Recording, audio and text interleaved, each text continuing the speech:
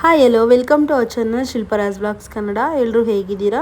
ಎಲ್ಲರೂ ಚೆನ್ನಾಗಿದ್ದೀರಾ ಅಂದ್ಕೋತೀನಿ. ಯಾರೆಲ್ಲ ನನ್ನ ವೀಡಿಯೋನ ಸಬ್ಸ್ಕ್ರೈಬ್ ಮಾಡದೆ ನೋಡ್ತಿದ್ದೀರಾ, ಪ್ಲೀಸ್ ಒಂದು ಲೈಕ್ ಮಾಡಿ, ಸಬ್ಸ್ಕ್ರೈಬ್ ಮಾಡ್ಕೊಂಡು ಸಪೋರ್ಟ್ ಮಾಡಿ. ಈ ವ್ಲಾಗ್ ಬಂದು ಫ್ರೈಡೇ ವ್ಲಾಗ್ ಆಗಿರುತ್ತೆ. ಫ್ರೈಡೇ ನಮ್ಮೂರ ಪಕ್ಕ ಸಂತೆ ನಡೆಯುತ್ತೆ. ಸೊ ಅಲ್ಲಿಗೆ ಹೋಗಿದ್ವಿ. ಅದಕ್ಕೂ ಮುಂಚೆ ನನಗೆ ಒಂದು ಮನೇಲಿ ಪೊಡ್ಡೆಲ್ಲ ಮಾಡ್ತೀವಿ ನೋಡಿ, ಆ ಥರ ಪ್ಯಾನ್ ಬೇಕಿತ್ತು. ಅದನ್ನು ತೊಗೊಂಡ್ವಿ. ಅಮ್ಮಂಗೆ ಒಂದು ಮಾಮೂಲು ಒಬ್ಬಟ್ಟು ಸುಡೋಕ್ಕೆ ಪ್ಯಾನ್ ಬೇಕಿತ್ತು, ಅದನ್ನು ಅವರು ತೊಗೊಂಡ್ರು. ಅದಾದಮೇಲೆ 2 ಸ್ಪೂನ್ ತೊಗೊಂಡು ಹಾಗೆ ಸಂತೆಗೆ ಬಂದ್ವಿ ತರಕಾರಿ ಎಲ್ಲ ತೊಗೊಳ್ಳೋಣ ಅಂತ. ನಾನು ಯಾವ ಥರ ಅಂದರೆ, ಊರಿಂದ ಬರಬೇಕಾದ್ರೆ ತುಂಬ ದಿನ ನಾನು ಊರಲ್ಲಿ ಉಳ್ಕೋತೀನಿ ಅನ್ನೋದಾದರೆ ಮನೇಲಿ ಯಾವುದೇ ಥರ ತರಕಾರಿನ ಉಳಿಸಲ್ಲ. ಸೊ ಹಂಗಾಗಿ ಅಮ್ಮ ನೀನು ಸ್ವಲ್ಪ ತೊಗೊಂಡು ಹೋಗುವಂತೆ, ನನಗೂ ಸ್ವಲ್ಪ ಆಗುತ್ತೆ ಅಂತಂದೇಳಿ ಇಬ್ಬರು ಶೇರ್ ಮಾಡ್ಕೊಳ್ಳೋಣ ಅಂತ ಸಂತೆಗೆ ಬಂದು ಕೆಲವು ಬೇಕಾದಷ್ಟು ತರಕಾರಿನ ತೊಗೊಂಡ್ವಿ. ಆ್ಯಕ್ಚುಲಿ ಪ್ಯಾನ್ ಏನಂದರೆ ಆನ್ಲೈನ್ ಪ್ರೈಸಸ್ಗೂ ತುಂಬ ಕಮ್ಮಿಗೆ ಸಿಕ್ತು ಅಂತ ಹೇಳ್ಬೋದು. ತರಕಾರಿ ಎಲ್ಲ ತೊಗೊಂಡು ಮನೆಗೆ ಬಂದ್ವಿ. ಇದು ಬಂದು ನೆಕ್ಸ್ಟ್ ಡೇ ಮಾರ್ನಿಂಗ್ ವ್ಲಾಗ್.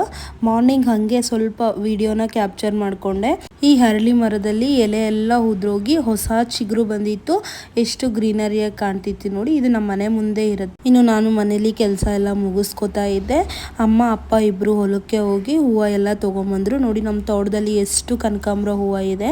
ಇನ್ನು ನಾನು ಅಮ್ಮಂಗೆ ಸ್ವಲ್ಪ ಹೆಲ್ಪ್ ಮಾಡೋಣ ಅಂತಂದು ಹೇಳ್ಬಿಟ್ಟು ನಾನು ಅಮ್ಮ ಇಬ್ಬರೂ ಕೂತ್ಕೊಂಡು ಈ ಥರ ಹೂವು ಕಟ್ತಾ ಇದ್ವಿ. ಮುಂಚೆನೂ ಅಷ್ಟೇ ನಾನು ತುಂಬ ಹೂವು ಎಲ್ಲ ಕಟ್ತಾ ಇದ್ದೆ ಅಮ್ಮನ ಜೊತೆಲಿ, ಹಂಗೆ ಕಲ್ತ್ಕೊಂಡಿದ್ದು.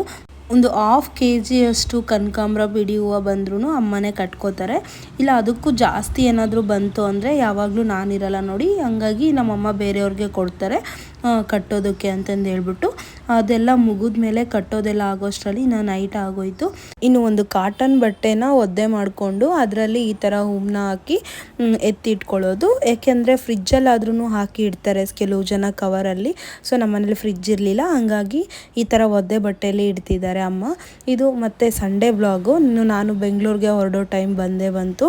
ಹಂಗಾಗಿ ಇನ್ನು ದೇವಸ್ಥಾನಕ್ಕೆ ಹೋಗಿ ದೇವ್ರಿಗೆ ಎಲ್ಲ ಕೈ ಮುಕ್ಕೊಂಡು, ಎಲ್ಲೂ ಬೇರೆ ಕಡೆ ಹೋಗೋ ಹಾಗೆ ಇಲ್ಲ, ನಮ್ಮ ಮನೆ ಮುಂದೆ ಇರುತ್ತೆ ಎಲ್ಲ ದೇವರು ಸ್ಥಾನಗಳು, ತುಂಬ ಹತ್ರನೇ ಇರುತ್ತೆ.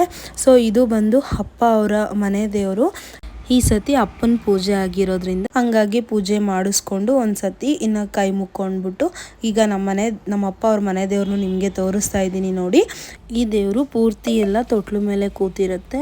ಇನ್ನು ಬ್ಯಾಗ್ ಎಲ್ಲ ರೆಡಿ ಆಗಿತ್ತು. ಬಸ್ ಸ್ಟ್ಯಾಂಡ್ಗೆ ಹೋಗೋ ಟೈಮ್ ಕೂಡ ಬಂತು. ಇನ್ನು ಅಪ್ಪಂಗೆ ಕಾಲಿಗೆ ನಮಸ್ಕಾರ ಮಾಡಿಕೊಂಡು ಇನ್ನು ಅಲ್ಲಿಂದ ಹೊರಟ್ವಿ. ಅಪ್ಪನೂ ಚೀಲ ಎಲ್ಲ ತೊಗೊಂಡು ಇನ್ನು ಫುಲ್ಲು ಬಸ್ ಸ್ಟಾಪ್ ಹತ್ರ ಹೊರಡ್ತಾ ಇದ್ದಾರೆ. ಇನ್ನು ನಾನು ಅಮ್ಮ ಬಂದು ಮನೆಗೆ ಕೀ ಎಲ್ಲ ಲಾಕ್ ಮಾಡಿಕೊಂಡು ಈಗ ಈ ಬ್ಯಾಗಲ್ಲಿ ನಾನೊಂದು ಕೈಯಲ್ಲಿ ನಮ್ಮಮ್ಮ ಒಂದು ಕೈಯಲ್ಲಿ ತೊಗೊಂಡು ಹೋಗ್ತಾ ಇದ್ದೀವಿ.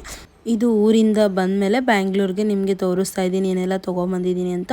ವಿಡಿಯೋ ಇಷ್ಟ ಆಯಿತು ಅಂದರೆ ಪ್ಲೀಸ್ ಒಂದು ಲೈಕ್ ಮಾಡಿ, ಸಬ್ಸ್ಕ್ರೈಬ್ ಮಾಡ್ಕೊಂಡು ನೋಡಿ.